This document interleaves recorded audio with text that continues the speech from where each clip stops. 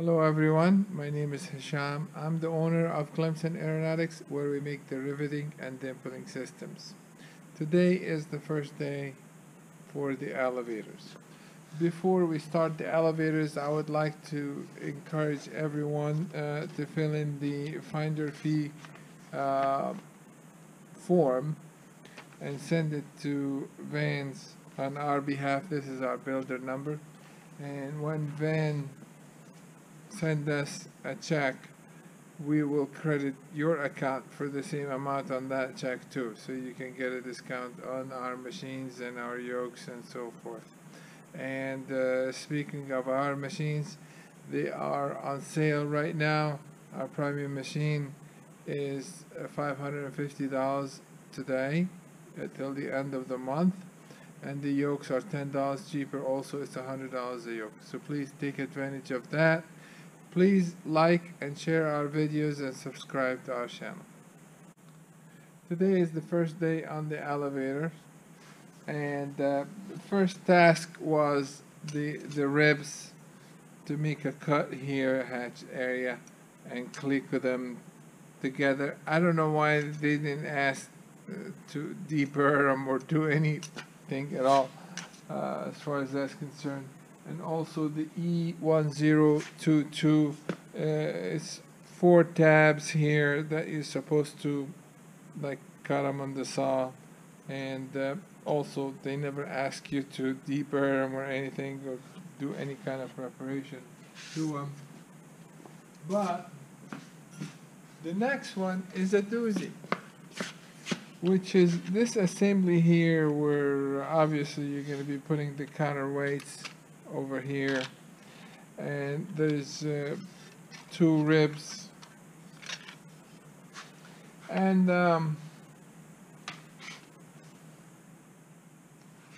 you're supposed to assemble this together. And final drill number 30 holes, and final drill number 40 holes. And they specifically said take the vinyl cover off, and it was very tight. I managed to get one assembled fairly easily, and after I read that part about taking the vinyl off, and I did take the vinyl off, it became even easier. So one set was very easy. The second set was very difficult, even with the vinyl and everything. And by the way, you need to flute these. You need to flute them.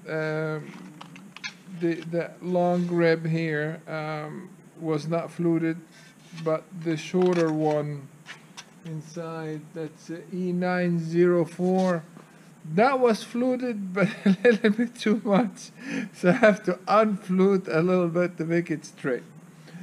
Use a string to see that they're lined up and everything, with all the holes lined up in a straight line. You have to work kind of, make sure that the flanges is 90 degrees, and so forth. But one of them came together very difficult, very difficult. And but I did manage to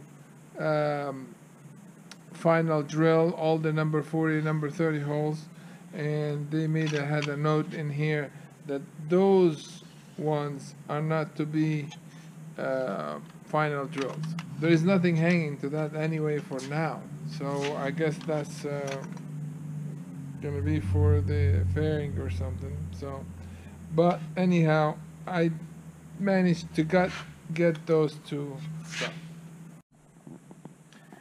Obviously, this is the next day after I filmed the video, so I thought just spare you guys asking the questions. The ribs, those ribs, on the first page here, it tells you to cut the ribs at the shaded area and all that stuff. And then there's a note here: retain one single E1008B rib, like just the top half. So I was trying to figure out why. That's the only one. And I figured out, so I thought I would save you the headache.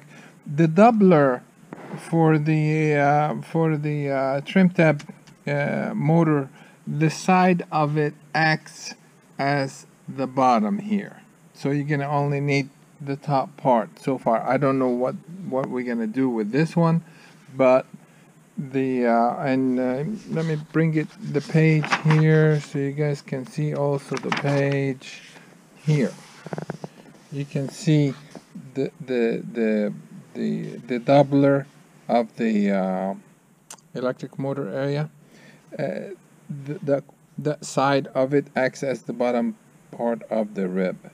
So also when you're trying to line up this with the 3 holes, it comes here and there's no holes underneath it, and I was trying to figure out why, and then I figured this out. So I thought I'd save you the headache for looking for it. While I'm at it, I'm gonna continue the rest of the video. As I mentioned, this is the next day after I finished the video, and obviously I assembled both elevators here, somewhat almost complete. So I just want to give you heads up with the trim tab hinge pin. There will be tips on the next video to make it a little bit easier here. And as you can tell here, there's a E1022. One of them goes here, one of them goes here, and then the third one goes at the end of the right elevator. I don't know where the fourth one go. I still have it, still got it. I don't know what we're gonna do with it. I guess we'll find out. I looked for it, I couldn't find it. But please, if you haven't built your elevator, look for the next video, because I'll give you a few tips on drilling the hole. And you can tell I tried to drill the hole right here. This was on the other side. I drilled the hole, and the location of the hole wasn't very good, so I had to flip it over to the other side and start again, drill the new hole so I can have it nice and parallel here. This distance, how far it goes in, it makes a lot of difference, so the trim tab would line up with the edge of the trailing edge of the elevator, so it will look really nice. So look for the next video. The trailing edge rib template that you have on page 929, they're saying something says use a spray adhesive to glue a template found on the page 929. I didn't think that was a good idea. This is the foam thing here. What I did is I put it in a printer.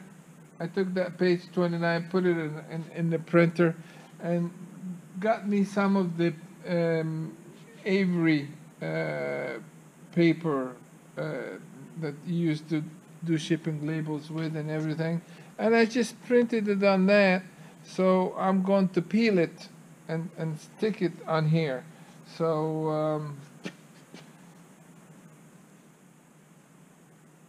so the paper will have glue on it already, so I can put it on there and sew it. Then I can peel the paper off, and I thought that would be a better idea than spraying glue and all that stuff. So I'm going to do that, and I will report back to you guys how that worked out. Well, I cut the template and with the size of the block with a blade, and stuck it on here, and it seems to be stuck pretty good. So now I need to use the bandsaw to cut it. And I also have the other kind also printed on one of those sheets of label type sheet, and I'm gonna use it on the rest of the blocks. Well, it worked out good.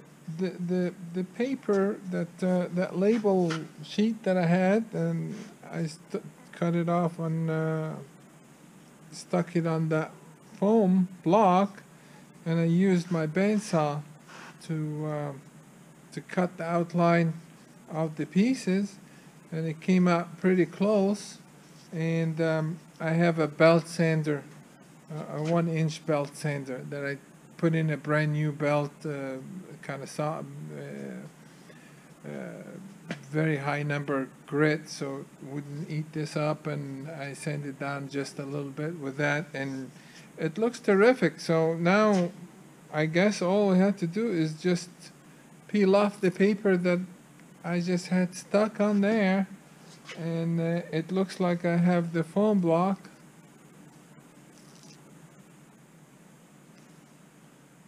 And it worked out fantastic, super easy. Use the label. I have another page that I printed the other 8 on, so I'm gonna cut these in blocks and stick them to my foam blocks here and use my bandsaw to cut it. And but you need to take it easy so they don't take too much of that. For those of you that have experience with those foam blocks and had built an elevator before for the RV-14 or 10 or something like that, maybe you can enlighten us and tell us a little bit about how much Pro Seal do we need. I haven't even ordered any yet, so I need to order Pro Seal. So please make a comment if you know. Thank you very much. Well, the result from the 3 small ones for the trim tab worked out beautiful. Everything worked good. My belt sander that I put a new belt on that's clean, and in other words, to use it to kind of sand the surfaces here worked out really well. And the bigger one for the elevators themselves it came out really nice also with the bandsaw. And these are the pieces that I printed out on my printer right here. And this is that one block, just to give you an example. These